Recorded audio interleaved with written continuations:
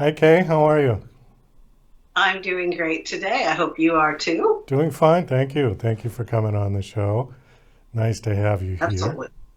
Thank you. So your bio is real interesting. I was reading through it. You started as a screenwriter first, and now you're a novelist.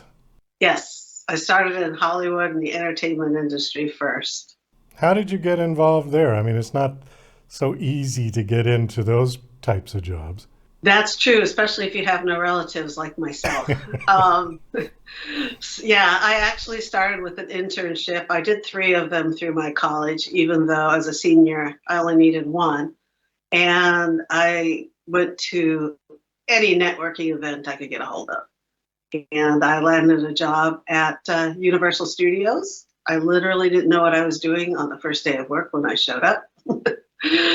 So that was kind of fun. What was the job that you got? That job was working with the material control. So anything and everything that had to do with the studio, which was great because you would meet writers, you'd meet the carpenters, you'd meet the set, the crew, the talent, and you were all over the place. Material control. I don't even know what that means. So that would be if you had an inventory. So we had inventories of lumber and anything that the studio needed. You would make sure that it was always stocked up. That's in a nutshell. It's more like inventory control, but it was broader because it was a studio and you had different films needing different things, not only studio productions, but productions from other productions companies renting out the facades and the stages. Oh, I see. Okay. Almost like stockroom, Almost, but elevated, but correct. elevated. Yeah, okay. Well, that would have been a cool job because you kind of get your fingers into everything. Everything, even the plaster and the mold machines, everything. So I see Steven Spielberg's name on here. How did you get involved with Oh, him? how did I end up at Dreamworks? Yeah. Yeah, I handed him a resume after I think like the third or fourth sale at Universal Studios. And I was just kind of tired of the atmosphere of, oh, they're selling again. If you've ever been in that situation, you understand what I'm saying. And he rolled his eyes. And I remember coming home from a grocery store and DreamWorks calling me and leaving me a number to call back. And I wrote it in the dirt of my car because my car wasn't washed at the time. And I called them right back and I was hired at DreamWorks. Oh, that's amazing. What was it like to work with Mr. Spielberg? Steven is great. He's an awesome guy. He does more of the live action. I would say I work closer with Jeffrey Katzenberg, who I also find is awesome. A lot more like Lou Wasserman, if you knew who that was. He's an inventor. He has, invested in trying to speed up making animations faster and better and more lifelike. But he still starts with pencil and paper, the old-fashioned way, before they turn it over to get that animation feel. So I really admire him for that. And then at some point you switched from screenwriting to novel writing?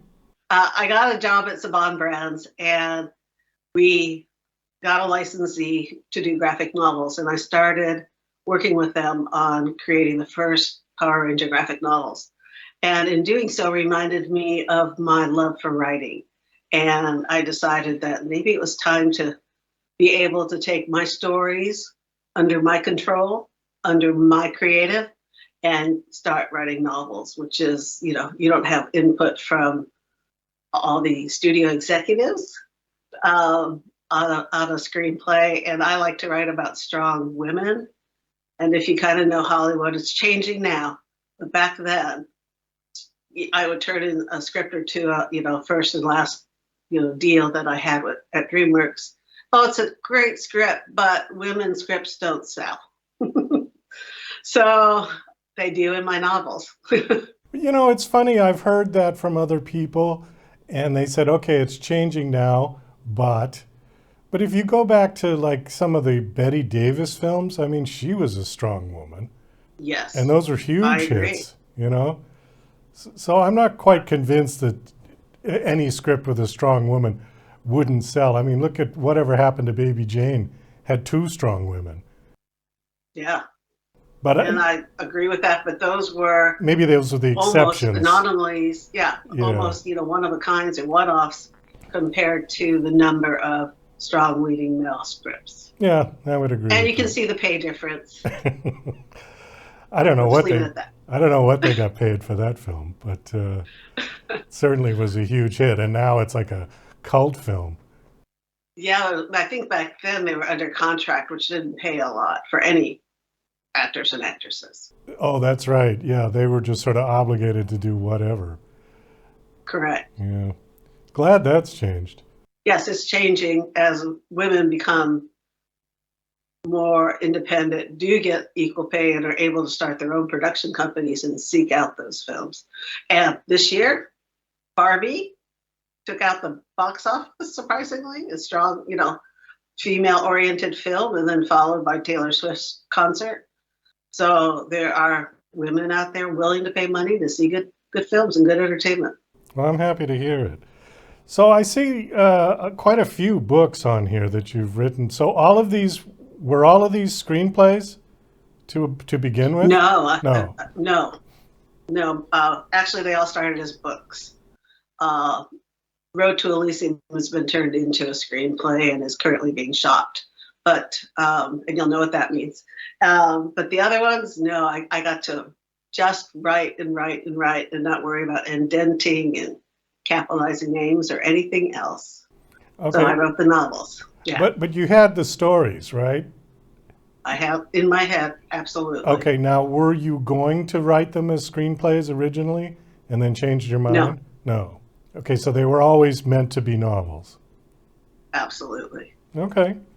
They can all be converted because of my background. I write them probably different than another writer who's never worked in Hollywood would write it, but definitely can all be written into screenplays. I'm just enjoying writing my heart out right now. Which way do you think would be easier to do? To go from a screenplay to a novel or from a novel to a screenplay? From a novel to a screenplay.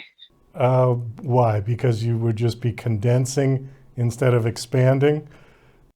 The narrative is different because one is obviously the written word and you have to build the scene and give the information, where in a movie, that can be part of the picture and everything doesn't need to be brought forward. It can be within the picture. If you want someone to be a strategic person, them sitting next to a chess set, you don't have to write and say they're a strategic person, da da da, who often plays the game of chess, yada yada. You see the chess set sitting next to them in the picture in the movie, and you kind of associate that with the character. So tell us a little bit about this book, the latest book, Road to Elysium. Is that how you pronounce it? Correct. Okay. Road to Elysium, or Road to Pleasure or Happiness. Yeah, it's about a little older man who has lost what he values in life, the most important things to him due to a tragedy. And he meets up with a young man who's bold enough to ask him for a favor, and his knee-jerk reaction is, yes, I'll help you. And in doing so, it changes his life, the boy's life, family's life, and the whole community up and down the street where he lives. Is any of this true to life? It Anything? is inspired by a true story It that I is. saw on the news. Yeah, How long has the book been out? it's been out for about 6 months. And reviews? Good reviews? Good reviews. Good. Very. I've gotten, yes, reviews and awards. It's won several first place awards. It's won 5-star awards. So it's been highly acclaimed. Super. And you said that it's converted or being converted to Yeah, screenplay? I already have a screenplay, and my publicist is working with production companies as we speak. Is it in production, pre-production? No, not in pre-production. So it's in the shopping phase, Correct. Being shopped. Yeah, being shopped. Okay. All right. I see the book, sort of a piece of it there. Can you hold it up? absolutely. All right. Road to Elysium. Great. Okay. Some of the awards. What were some of the awards? that you got? At Bookfest, I won 3 first place prizes in historic fiction, fiction based on true life. I won the Reader's Favorite 5-star award and Reader's Favorite silver medal for the book, and a couple of other awards. Okay, terrific. Well, congratulations on that. Thank you. And I think with that, we're going to have to wind this down.